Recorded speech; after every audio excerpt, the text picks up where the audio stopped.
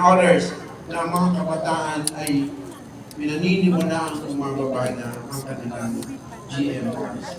Let me ask a question, and I would like to see an honest answer to the students who are here. Hindi naman kayo paparusahan, hindi naman kayo paparusahan. Tinatawag nating standard in terms of good moral and character, baka yung 20% umunti na lang ng umunti hanggang sa mawala na ang magtaas ng kamay. No?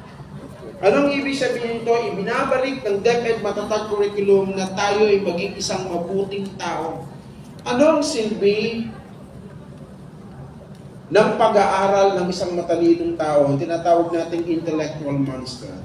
Isang honor with highest honors, pero pagkatapos ng ilang taon, magiging sakit ng lipunan.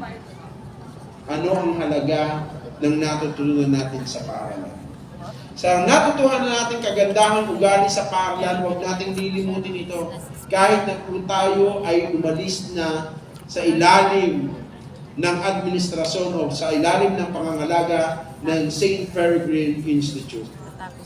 Yan po ang hinahanap at idinagdag ng DepEd Matatag Curriculum.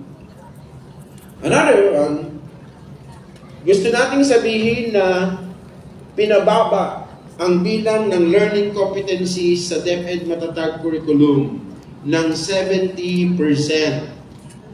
From 11,738 learning competencies from kinder to senior high school, ito po ay pinababa ng 70% at ngayon po sa DepEd Matatag Curriculum, you only have 3,664 learning competencies. Yun lamang po ang ituturo ng DepEd sa Matatag Curriculum. DepEd's Matatag agenda aims to produce competent, job-ready, active, responsible, and patriotic citizen.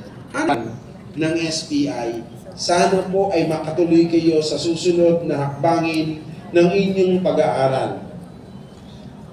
Ang inyong edukasyon na natamo ay hindi lamang tungkol sa mga aralin at silid-aralan, kundi pati na rin sa mga aral ng buhay.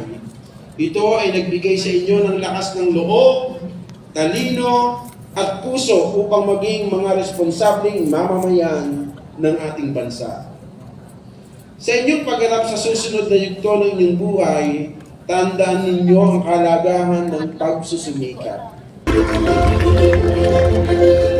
Thank you, Dr. Cesar Mojica, for such an inspiring message that you shared with us this afternoon. I'm sure the graduates will keep this close to their hearts. And for the parents, teachers, administrators who have been a part of students' lives indeed, your influence has made an impact. At this point, may I request Engineer Arsenio J. Quinto Jr., our President, and School Directors Dr. Rosel Bayani Ginto to give our Honorable Guest Speaker the Certificate of Appreciation.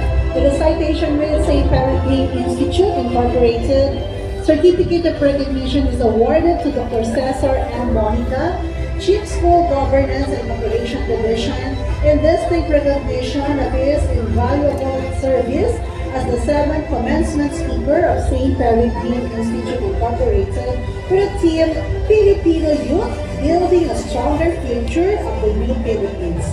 Given this 30th day of May 2024, SMCP Bacoay, Cavite, signed Dr. Rosel B. Ginto and Engineer Arsenio J. Ginto Jr.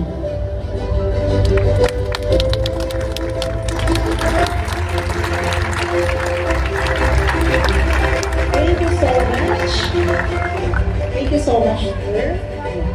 And now, to formally present the candidates for the school year 2023-2024, once again, may I call in our VP for Academics and School Directors, Dr. Rosel B. Ginto, to